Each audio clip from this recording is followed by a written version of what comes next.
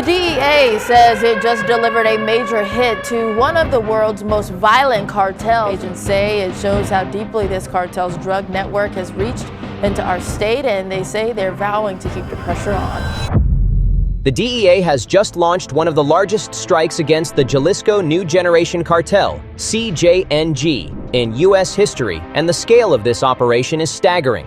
Over the course of just 5 days, federal agents and ICE task forces moved in with a level of coordination rarely seen before. By the time the surge ended, 670 people were arrested, more than 6,000 kilograms of methamphetamine were seized, over 92 kilograms of fentanyl powder, and 1.1 million counterfeit pills were pulled off the streets, and nearly $48 million in cartel cash and assets were stripped away. Alongside the drugs and money, 244 firearms were recovered, weapons that would have fueled the violence CJNG is known for. Officials say this was not just another cartel raid. This was a full-scale strike against one of the most violent and powerful cartels operating in the world today. Every single pill, every single kilogram, every single dollar seized represented something bigger than statistics. Each item taken away meant another overdose prevented, another community spared, another family not forced to bury a loved one. When you step back and look at the numbers, the picture is clear. This was not a routine enforcement action. This was war against an empire of organized crime. The target of this massive campaign was CJNG, described by U.S. intelligence as one of the most dangerous criminal networks on Earth. Earlier this year, the U.S. formally designated them a foreign terrorist organization, placing them in the same category as international terror groups that threaten global stability. That label matters because CJNG has built more than a cartel. It has built a global machine. From Mexico's industrial-scale labs to U.S. suburban stash houses, CJNG funnels meth, cocaine, heroin, and fentanyl into American neighborhoods at volumes so large it looks more like a multinational company than a gang. But its product isn't food, fuel, or clothing. Its product is death. Agents say the cartel's business model relies on addiction, violence, and corruption, with profits measured in billions of dollars and lives lost. It is a group that thrives in chaos, and that is why officials say this 5-day surge was critical. It was about dismantling not just the drugs in circulation, but the networks, the infrastructure, and the people who make sure this deadly system keeps running. From September 22nd through September 26, 2025, the operation unfolded like a coordinated storm. DEA agents, ICE task forces, and local law enforcement joined forces across 23 U.S. field divisions and 7 foreign regions. This was not a strike confined to one city or state. It was global.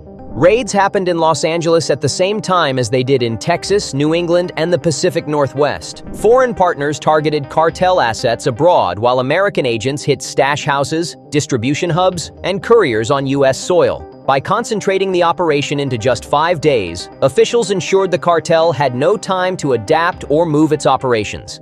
Normally, when a raid hits one city, the cartel shifts its people and product elsewhere. But here, the hits came too fast, too widespread, too coordinated to counter. Officials say this was why the operation succeeded. It choked CJNG's system all at once, pulling drugs, money, and manpower from their empire before they even had the chance to regroup. For CJNG, it was one of the hardest weeks they have ever faced inside U.S. borders. The numbers from this strike tell their own story, and they reveal just how deep CJNG had embedded itself inside American communities. A total of 670 suspects were taken into custody, and officials are clear, these were not just small-time street dealers. Among those arrested were transporters moving drugs by the truckload, redistributors pushing product into U.S. neighborhoods, couriers handling cash, and facilitators who kept the supply chains alive. Each arrest was more than just a name on a booking sheet. Each one removed another link in a carefully built chain that stretched from Mexico's megalabs all the way into American suburbs.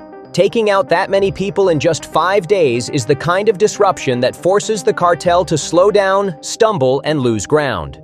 It does not end the threat, but it proves that even a cartel as powerful as CJNG can be struck at its core. The drug seizures underline why this case was so urgent.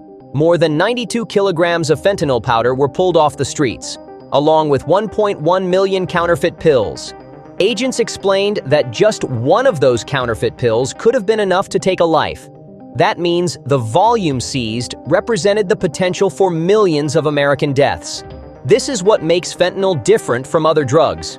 It takes only a few grains to end a life, and CJNG has been pumping it into U.S. markets disguised as medicine, pressed to look like Adderall, oxycodone, or Xanax. Alongside the fentanyl, agents seized a staggering 6,000 kilos of methamphetamine, nearly 23,000 kilos of cocaine, and 33 kilos of heroin. The scale looked less like a law enforcement bust and more like the seizure of a military stockpile. Each kilogram was not just a bag of drugs, it was a weapon in the cartel's war on America. Every pound taken away was another shipment that would never reach buyers, another overdose that would never happen, another family spared the devastation of addiction and loss. But the strike did not stop at drugs. The financial damage was just as severe. Agents stripped away $18.6 million in cartel cash and another $29.6 million in assets, luxury homes, expensive vehicles, and investments hidden in communities across the U.S.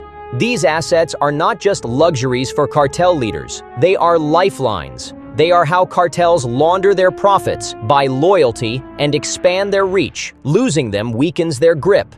And then there were the guns. 244 firearms were seized, including rifles and pistols tied to cartel enforcers. These are the weapons that fuel cartel violence, the tools used to intimidate communities, fight rivals, and attack law enforcement. Taking them out of circulation was as important as taking the drugs. In the words of one federal agent, this was about more than numbers. Every arrest made, every dollar seized, every kilo pulled, it means lives saved. Officials framed this as proof that the operation was not just about making headlines. It was about dismantling a cartel that treats overdose deaths as nothing more than collateral damage, and showing that even a network as powerful as CJNG can be hit where it hurts most. What makes CJNG so dangerous is not only the volume of drugs they move, but the way they operate as a global empire. Officials stressed that this is not a local gang, not even a regional cartel. It is a multinational network with tens of thousands of members spread across more than 40 countries. Chemical precursors for fentanyl are shipped from overseas suppliers, funneled into megalabs in Mexico, and then transported across U.S. highways hidden in commercial trucks. Once the product crosses the border, it moves into stash houses, suburban warehouses, and even quiet residential neighborhoods where couriers repackage and distribute it to local dealers. To families living in those neighborhoods, nothing seems out of place until federal agents show up and drag out evidence of an international trafficking empire. This is how CJNG hides in plain sight, and it is why the DEA now calls them one of the most serious national security threats the U.S. faces.